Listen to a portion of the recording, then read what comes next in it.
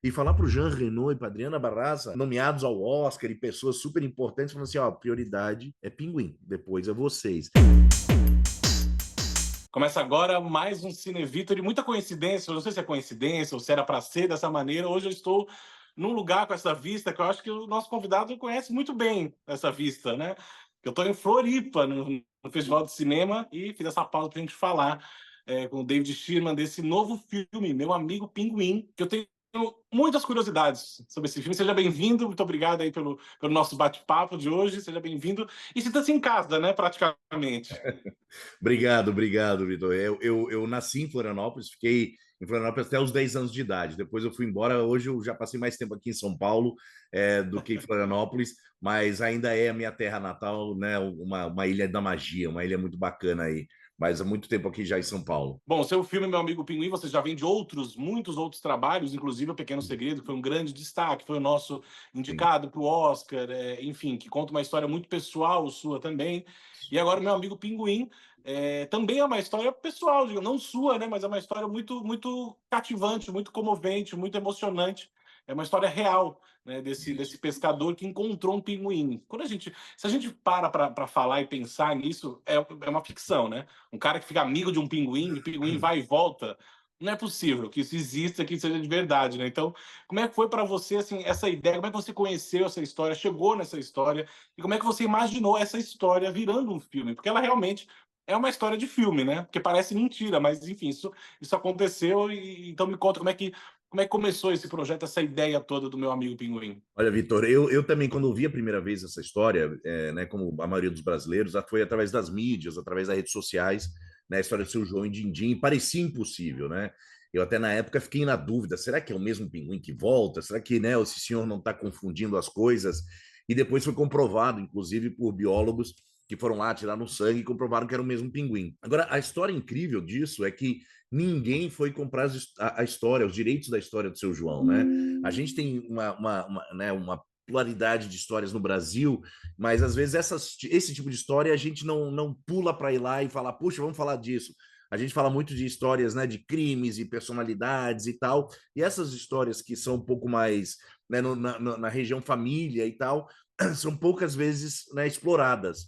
E por incrível que pareça, um estúdio americano mandou uma advogada, porque essa história viralizou no mundo, né, através de notícias e vídeos, e os americanos estão sempre de olhos para boas histórias, e uma produtora americana se perguntou, será que alguém já comprou? Contratou um advogado aqui no Brasil para ir de barquinho até a Ilha Grande e perguntar para o seu João se alguém tinha comprado. E o seu João foi muito enfático, falou assim, ó, todo mundo conta a história, a minha história, nunca ganhei nada com isso, nunca vendi a minha história. E eles compraram, pagaram bem o seu João e compraram o direito da história. E coincidentemente, como você mencionou, né, na campanha do Oscar de 2017 do Pequeno Segredo, a gente fez muita cabine, né, a gente faz muita projeção para todos os votantes. E um dos votantes assistiu, amou o filme foi muito bem recebido lá fora e falou assim: cara, marca uma reunião com esse diretor que a gente tem um filme para ele. E por coincidência, era o último dia que eu estava em Los Angeles e me convidaram para uma reunião e eu subi, né, no estúdio e eles falaram: olha, nós compramos uma história brasileira. Eu falei assim: como é que é? Compramos a história do seu João e o Dindim. Eu falei: não pode ser. Vocês compraram, compramos a história e nós achamos que o seu, né, o seu a sua história, que é em cima do mar, você gosta de contar histórias baseadas em fatos reais, você tem um background, né, de documentário aí de 25 anos, a gente acha que poderia ser simpático um brasileiro contar essa história. Eu falei, não, simpático não, necessário, né? E aí foi muito bacana, que daí eu fui convidado a contar essa história, e aí tinham três coisas que eles me falaram já de cara, ó, a história tem que ser em inglês, não vai ser em português ou em espanhol. Eu tentei argumentar, falando que, né, ser genuíno era importante, tal. Eles falaram, não, tem que ser em inglês para o mercado internacional. Dois, a gente tem que trabalhar com atores, principalmente os protagonistas mundialmente conhecidos. E três, nós vamos filmar na Espanha. E aí eu falei, não, para tudo, porque na Espanha nós não vamos filmar de jeito nenhum. Essa história tem que ser filmada no Brasil, porque a geografia brasileira, a nossa cor, o nosso sabor, o nosso gingado tem que estar nesse filme. E foi assim que eu entrei nessa história, e há 6 anos atrás, antes da pandemia, e aqui estamos hoje, né, prestes a lançar o filme. É muito louco pensar que uma história brasileira chega para um diretor brasileiro de uma forma internacional, né? De uma história que os estrangeiros viram que aconteceu aqui e agora não saber desse detalhe. Até ia te perguntar, né, dessas questões do filme, que é um filme que é feito no Brasil, rodado no Brasil, e não se fala em português, é uma produção norte-americana, então tinha também essa curiosidade para saber também, e interessante saber que ela chega com um olhar estrangeiro, né? E aí você também Sim, coloca, ainda que o filme todo seja falado em inglês, enfim, e com esses nomes também, mas você traz aí o seu lado brasileiro, inclusive filmando no Brasil, né? E tem esse grande elenco no filme, que a gente já vai falar deles, mas a minha curiosidade não são os atores e as atrizes, eu quero saber dos pinguins. Porque eu acho que muita gente tinha essa dúvida também se era CGI, se era efeito, se era. Como que esses pinguins apareceram no filme. Muita gente que faz filme também com animais ou com. Sempre tem histórias muito engraçadas, né? Com. sim. Ah, o cachorro tinha um treinamento, tinha um camarim só para ele, muito melhor que muitas estrelas, ou eram 2 cachorros, 3 cachorros, eu quero saber dos pinguins. Como é que foi trabalhar, como é que foi dirigir pinguim? Não foi um só, né? Foram vários. Não, foram vários. A primeira coisa que a gente fez uma decisão muito cedo foi de tentar utilizar pinguins reais. Eu sou uma pessoa, né, eu lidero aqui, parte do meu trabalho é como diretor e a outra parte da minha vida eu me dedico a tentar salvar os oceanos, né, de dificuldades que os oceanos vêm passando depois de 40 anos que a minha família vem morando em cima dos oceanos. Então, para mim, era assim, era uma coisa que ficava dividido. Vamos usar animais reais, vamos usar CGI, né? Se fosse usar animais reais, eu falei assim, cara, a gente tem que ter protocolo, a gente tem que fazer a coisa muito correta. E CGI, como documentarista, eu sempre vejo, claro, a tecnologia está incrível. Se você tem caminhões e caminhões de dinheiro, como a Disney, por exemplo, tem. Se você não tem isso, o CGI pode ficar mais ou menos. E eu queria uma autenticidade. Eu queria verdade. Eu busco muito isso dentro dos meus filmes, de as pessoas sentirem que aquilo é real, né? Mesmo sendo uma ficção, você tem essa coisinha. Eu fiquei imaginando um Jean Reno atuando com um boneco azul para depois virar um pinguim. Aquilo me dava ficava assustado. E aí a gente começou a procurar no mundo, onde que a gente se poderia usar, né, pinguins reais. A gente fez uma decisão que a gente queria ir para esse caminho, também usar animatronics, também usar o digital, onde, né, os pinguins não poderiam atuar. E a gente achou um cara fenomenal chamado Fabian Gabelli, que é um expert de pinguins no mundo. Ele é um professor de comportamento animal e é um cara que conhece tudo. Ele ajuda muito os biólogos, os pesquisadores na Península Valdez, nas pinguineiras. E eu fui imediatamente, quando, né, contactamos eles, eu fui até Buenos Aires, sentei com ele e falei assim: então, Gabelli, dá para filmar com o pinguim real? Ele falou assim: com certeza absoluta. Tem que achar onde, como, mas deixa eu te falar que o pinguim é um bicho muito inteligente, ele tem personalidades diferentes e a gente vai precisar 12 pinguins. Aí já veio aquelas questões, né? 12 pinguins? Onde que eu vou achar 12 pinguins, né, para poder filmar isso? E personalidade, falei assim, pinguim é tudo igual, ele até se veste igual, né? As roupas são todas iguais, eles usam smoking. Ele falou, não, os pinguins têm personalidades e características como nós. Tem pinguins que são mais nervosos, pinguins que são mais calmos, pinguins que são mais agitados, e a gente precisa achar e fazer um casting de pinguins. Aí eu quase morri, né? Falei, cara, casting de pinguins? Ele falou, não, eu faço, eu observo eles durante semanas e eu vejo qual cena e aonde. E eles aprendem muito bem. Eles são animais que você pode treinar e tal. Eu fiquei meio na dúvida, eu falei assim, olha, será que a gente consegue usar metade, né, de pinguim real? Ele falou, não, a gente consegue usar quase o filme inteiro. Eu fiquei naquela dúvida, porque a gente nunca sabe, né? O pessoal promete coisas e você não sabe. E quando começou o processo, foi muito interessante, porque ele me mandou um calhamaço de papel assim, que era o protocolo dos pinguins. Eu mandei para os americanos, para os produtores e o pessoal aqui no Brasil que fez o production service, né, que foi a Venture Studios, com a Ocean Films. Falei, gente, se preparem, porque o negócio não é simples. A gente precisa ter hotel, né, pousada de pinguins, que a gente construiu 2 pousadas de pinguins, piscina climatizada, quarto climatizado, tudo com tela para os mosquitos, insetos não entrarem. Um negócio, eu falo que os pinguins foram mais bem tratados que os seres humanos. A gente achou os pinguins no Aquário de Ubatuba, tem o Instituto Argonauta e o Aquário de Ubatuba, eles seguram pinguins que não podem voltar para o mar. Então tem asinha quebrada, problema nas costas, na pata. Se eles voltam para o mar, eles vão morrer. Então eles seguram dentro do aquário. E aí o Hugo lá do Aquário de Ubatuba falou assim: olha, eu empresto meus pinguins para usar, mas tem que ter o protocolo. Tá? Eu falei, não, Hugo, a gente já sabe o protocolo, inclusive, era um time mais ou menos de 15 pessoas só para cuidar dos pinguins e 2 ONGs, uma no Brasil, uma dos Estados Unidos, que vieram para averiguar que está tudo sendo seguido. Agora escuta essa: pinguim só pode tá no set até as 3 da tarde. O pinguim não trabalha depois das 3. E isso para mim foi um choque. Eu falei, cara, nós temos uma filmagem intensa, né, com animais no mar, com criança, tudo que se diz não fazer no filme, a gente tinha. Mas eles falaram, não, o pinguim é um bicho né, matutino, de manhã, ele sai de manhã no seu instinto e volta ao meio-dia, e ali no meio da tarde ele já não faz mais nada.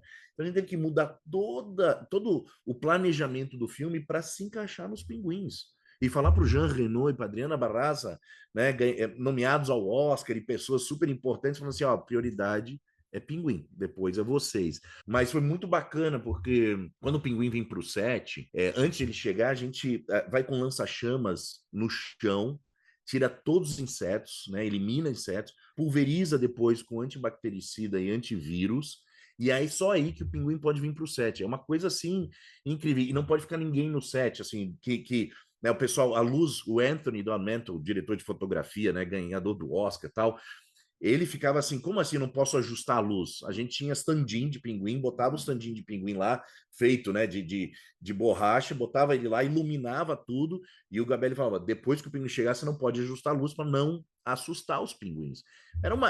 Foi um super desafio, mas os pinguins performaram de uma forma incrível. A gente pesava eles de manhã e de noite para saber o pinguim. Você sabe se está estressado pelo peso. Quando perde peso, o pinguim está estressado. Ao contrário de nós humanos, que a gente ganha peso, o pinguim não.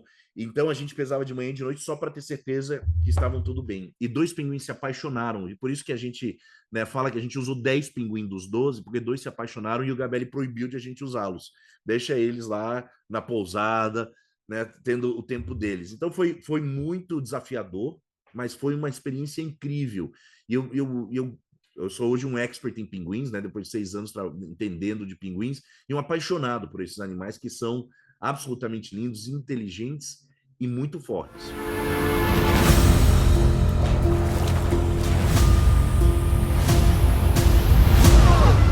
Dindim? Muito bom, gente, muito bom saber disso. Olha, já valeu só de saber todas essas curiosidades dos pinguins, de todo esse acontecimento que eles causaram no set, mas, claro, não tem como a gente não falar desse elenco. Você já citou aí esses 2 grandes protagonistas, 2 grandes nomes já do cinema mundial, né? Como é que você chega nesses nomes, né, do Jean Reno, principalmente, que é o protagonista ali, enfim, de trabalhar com esses nomes, também não só os atores, mas a sua equipe toda, né? O diretor de fotografia, a montagem, são nomes pesados, né? Nomes muito conhecidos também, premiadíssimos.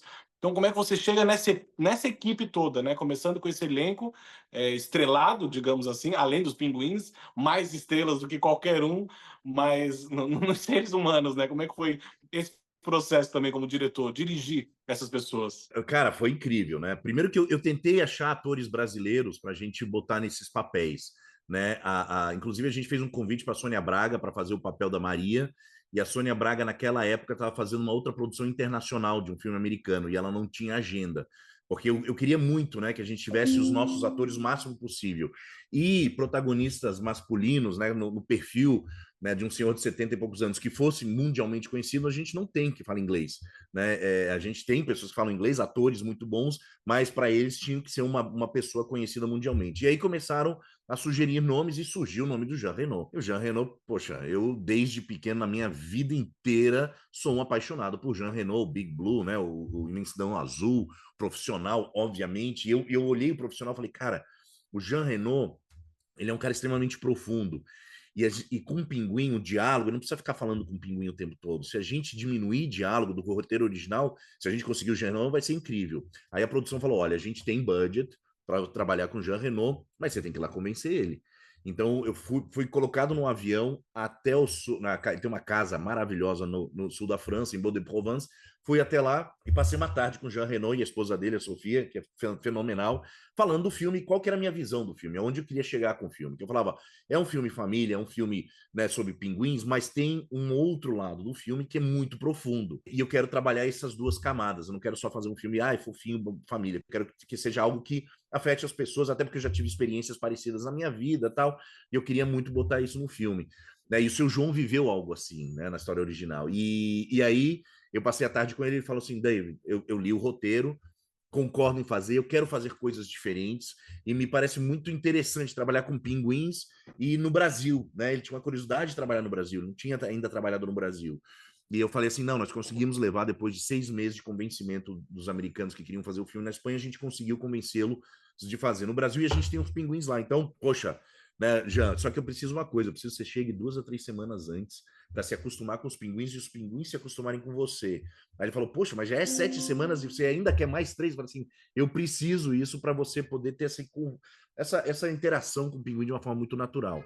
E, cara, é um presente, né, quando você tem um ator nesse nível, nesse jogo de tênis já, né? O Jean, inclusive, fala isso, né? Quando ele e ela, vendo eles jogarem o tênis profissionalmente, é que nem dois jogadores, você está assistindo um match fenomenal, né? Porque quando você tem um que é muito bom e um mais ou menos, sempre a bola vai dar errado. Ali era acerto, acerto, acerto. Então era uma direção muito mais de ajuste fino. Eu chegava, Jean, eu não sei se aqui a gente está muito melodramático, que tal a gente segurar e tal, funcionar dessa forma. Aí ele falava assim, David, je comprends, je vais te donner un cadeau. David, eu entendo, eu vou te dar um presente. E ele vinha na cena, cara, com um presente. E a Diana Barraza igual, né? No mesmo nível, é uma atriz, e ela muito generosa, né? Ela tinha um papel oposto um pouco dele, né? Que ele era mais fechado, ele tinha essa coisa, e ela tentando alcançá-lo, né? E até ali com um pouco de ciúme do Pinguim no começo. Então foi um presente. E depois todo o nosso elenco brasileiro, né? Depois desses dois, é todo brasileiro. Então a gente teve lá o Pedro Urize, a gente teve os pescadores todos que fazem os papéis, são brasileiros. Então foi muito bacana. E foi muito bacana eles virem para cá e entenderem o Brasil, fazerem a sua procura, para não fazer um Brasil falso, né? Para eles entenderem como é que é o Brasil. E essa vinda do Jean 3 semanas antes foi muito legal, que ele ficou em Ubatuba, entendeu as pessoas, entendeu como é que circula, entendeu como é que é o brasileiro. Ele fez essa pesquisa. Então, para mim, isso foi riquíssimo. E eu imagino também a presença dele nesse lugar, né? As pessoas, enfim, ele também se familiarizando com aquele local e também com os pinguins, claro. Maria, olha isso! Ele voltou? Você tá com fome? É Qual é a claro. sua expectativa? Como é que você imagina, ou como é que você deseja, enfim, que esse filme chegue nas pessoas, né? Como é que ele toque nas pessoas? Que é uma história, ainda que se passe no Brasil com atores estrangeiros, mas é uma história universal, obviamente, é uma história inusitada, mas de muito afeto e de muito carinho ali com o animal, o ser humano, e também nas relações daquela comunidade ali da praia. Então, como é que qual é a sua expectativa, né, nesse sentido de como ele vai chegar nas pessoas? Como é que você imagina, ou espera, ou gostaria que esse filme chegasse nas pessoas? Cara, a minha expectativa, né? Sempre o diretor ele tem uma expectativa de que as pessoas se conectem com o filme. Pelo menos para mim é isso. Eu faço filmes não para, né, sem nenhuma mensagem profunda, mas muito mais que eu gostaria que as pessoas se conectassem e dali elas tirassem suas conclusões e mensagens assim por diante. O que tem sido bacana, o filme estreou nos Estados Unidos e na França antes, é esse feedback que a gente já escuta, é claro, de outras culturas, né? Uma europeia, outra a norte-americana, e a gente escuta o que as pessoas estão sentindo. E aí, claro, se cria um pouco de expectativa, ainda mais no Brasil, que nós somos, né, um povo conectado às emoções, conectados a essa solidariedade, né? O que eu acho muito bacana é que a gente está mostrando uma história brasileira para o mundo muito bonita, muito legal, e um Brasil também extremamente lindo, né? E o cinema lá fora tá surpreso com esse Brasil que ele está vendo, né? A gente tem inúmeras histórias, o cinema brasileiro é plural, mas poucas vezes a gente mostra esse Brasil, né? Um Brasil onde um pescador, numa história real, salva um pinguim, o pinguim vem 8 anos a visitá-lo. É uma coisa extremamente linda, mostrando que o brasileiro tem esse cuidado com a natureza, que o brasileiro tem esse carinho com o outro, né? Eu acho que é muito legal. Então, minha expectativa aqui no Brasil é que as pessoas venham para o cinema e experimentem com o coração aberto o que é aquilo, né? Aquilo, gera estranheza porque é um Brasil falado inglês. Claro, normal que gera estranheza, mas assim como, né, quando você vê alguns filmes que se passam na França, ou séries agora que se passam na França e são em inglês. E a gente tem versão dublada também, então funciona os dois lados. Mas o que tem me surpreendido, Vitor, é como o filme tem sido aceito, tanto pelo público como a crítica internacional, né? Nós temos lá o Rotten Tomatoes, que é uma temperatura mundial de crítica e público, e nós estamos com uma avaliação de 87% da crítica positiva e 97% do público. Isso, para mim, foi uma surpresa muito grande, porque eu imaginava que o público sim ia se conectar, porque esse filme eu fiz até em homenagem ao meu filho de 10 anos. Eu topei fazer porque eu amei a história, porque tem muita coisa ali bacana. E na época, meu filho com 10 anos, eu falei, cara, eu quero fazer um filme que meu filho possa assistir, levar os amigos e curtir, e que seja um filme um pouco, que se torne um clássico, como eu assistia nos anos 80, né? O ET, esses filmes, né, o Free Willy, esses filmes né, de família bacana, e eu falei assim, eu vou, porque meus filmes normalmente são um pouco mais densos, né? Eles são filmes que são um pouco mais dramáticos. E eu falei assim, cara, eu quero fazer um filme que tenha essa abertura. E aí você sempre fica na dúvida se a crítica vai entender para onde a gente está indo com esse filme. E eu fiquei muito surpreso e positivamente, né? A gente teve ali da Variety, a IndieWire, ao São Francisco Chronicle, a Le Parisien na França, falando super bem do filme e entendendo essa singela história que eu tentei manter a verdade, não criar essa coisa hollywoodiana de criar mil twists e tal, de manter a história simples desse pescador que salva esse pinguim né, e o pinguim acaba salvando esse pescador. Eu não posso contar a história porque o pessoal tem que ir no cinema assistir, mas tem esse lado de como esse pinguim resgata esse pescador na vida dele no momento que ele está vivendo. Então eu fiquei muito feliz e a minha expectativa, eu espero que o brasileiro abrace essa história como uma história brasileira, obviamente, e que está girando o mundo. A gente vai lançar em 40 países esse filme, a gente está aí, né, agora nas próximas semanas sai no mundo inteiro, e eu estou muito contente da forma que está sendo recebida. Na Espanha, estreia, e Colômbia, estreia ontem e hoje, e está sendo muito bem quisto o filme. As pessoas se emocionam muito. Isso é uma coisa bacana, que eu gosto também de emocionar, sem ser aquela coisa melodramática, exagerada. Né? É uma emoção que fala lá dentro com a nossa alma. Bonito, bonito ver a trajetória do filme, que faça um sucesso aqui, então sucesso para o filme, que a gente se encontre em próximos trabalhos. Eu quero entrevistar um pinguim da próxima vez, tá? Claro. Se tiver se tiver um meu amigo pinguim 2, não sei, alguma outra coisa, aí me chama que eu quero ver esses pinguins trabalhando. Legal, não, Vitor, legal. E eu quero fazer o convite, se você me permitir, as pessoas irem ter essa experiência no cinema desse filme, porque a gente fez a música na Espanha com a Orquestra Sinfônica do País Basco, com 70 músicos. É um filme que, quando você vai no cinema, e inclusive alguns jornalistas que viram primeiro, né, que vocês têm acesso primeiro online e depois foram na pré-estreia e assistiram, falaram, cara, tem uma mudança grande, porque o filme tem essa grandiosidade, né? Como é uma produção grande americana, né, de ter um valor agregado, não só no visual, mas em todo sonoro. Então, eu queria muito que as pessoas tivessem essa experiência, se possível, no cinema e de a gente ver esse Brasil sendo exportado de uma forma bem diferente. Nada como ver o filme no cinema, né? Na telona, com o som do cinema, enfim. Então, vamos ao cinema. Sucesso para o filme, viu? Obrigado, Até os próximos aí. Até os próximos. Obrigado. Até lá. Tchau, tchau. Valeu.